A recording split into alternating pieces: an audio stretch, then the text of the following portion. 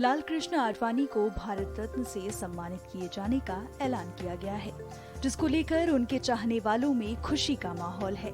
ये पल उनके और उनके परिवार के लिए बेहद खास है। ये झलकियां लाल कृष्ण आडवाणी के घर से आ रही हैं, जिनमें आप उनकी बेटी प्रतिभा आडवाणी को उनका मुंह मीठा कराते देख सकते हैं। भारत रत्न मिलने पर लाल कृष्ण आडवाणी के बच्चों की क्या प्रतिक्रिया है, सुनिए। जीवन भर में वो कम शब्दों वाले इंसान रहे, बट स्वाभाविक उनकी आंखों में आंसू थे और इस चीज़ की संतुष्टि और खुशी दोनों है कि उन्होंने अपना पूरा जीवन देश की सेवा में लगाया है।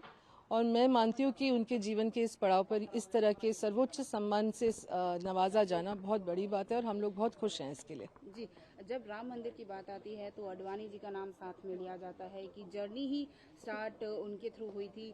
तो जब राम मंदिर में प्राण प्रतिष्ठा हुई, इनको इनविटेशन आया, तो उस टाइम पे क्या एक्सप्रेशन थे? बिकॉज उस टाइम पे इनका पब्लिक के लिए बहुत खुश थे। उन्होंने एक स्टेटमेंट भी उस समय दिया था, वो बहुत खुश थे। स्वाभाविक है कि उनके जीवन का एक ऐसा सपना जिसके लिए उन्होंने काफ़ी समय से संघर्ष भी किया, उसमें मेहनत भी की, वो सपना पूरा हुआ, तो इसके लिए वो बहुत खुश हैं। जी, अभी जब पीएम की बातचीत हुई, पीएम ने खुद ट्वीट करके बताया कि मेरी बातचीत हुई है आडवाणी जी से, तो उस टाइम पर क्या बातें हो वो रही बहुत भावविभोर हैं। सुबह से आंखों में आंसू है। जो अक्सर उनका व्यक्तित्व इस तरह का है कि कोई उनकी प्रेज करता है तो उनके स्वाभाविक आंसू आ जाते हैं आंखों में।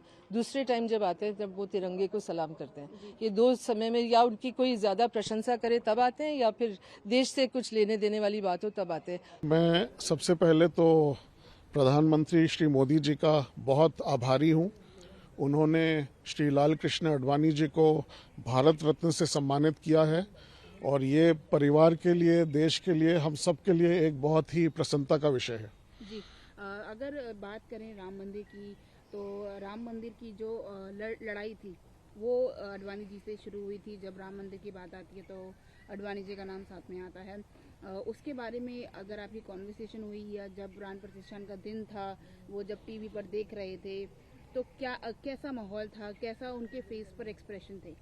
देखिए, 1990 में आडवाणी जी की रथ यात्रा हुई थी जो राम मंदिर के निर्माण के लिए थी और 1990 से लेके अब तक आज 2024 हो गया है। इतने वर्षों तक कई लीगल केसेस भी आए, कई और बातचीत हुई, लेकिन आज मंदिर हमारे सामने आया है और ये एक निश्चित रूप से उनके जीवन काल में हुआ है।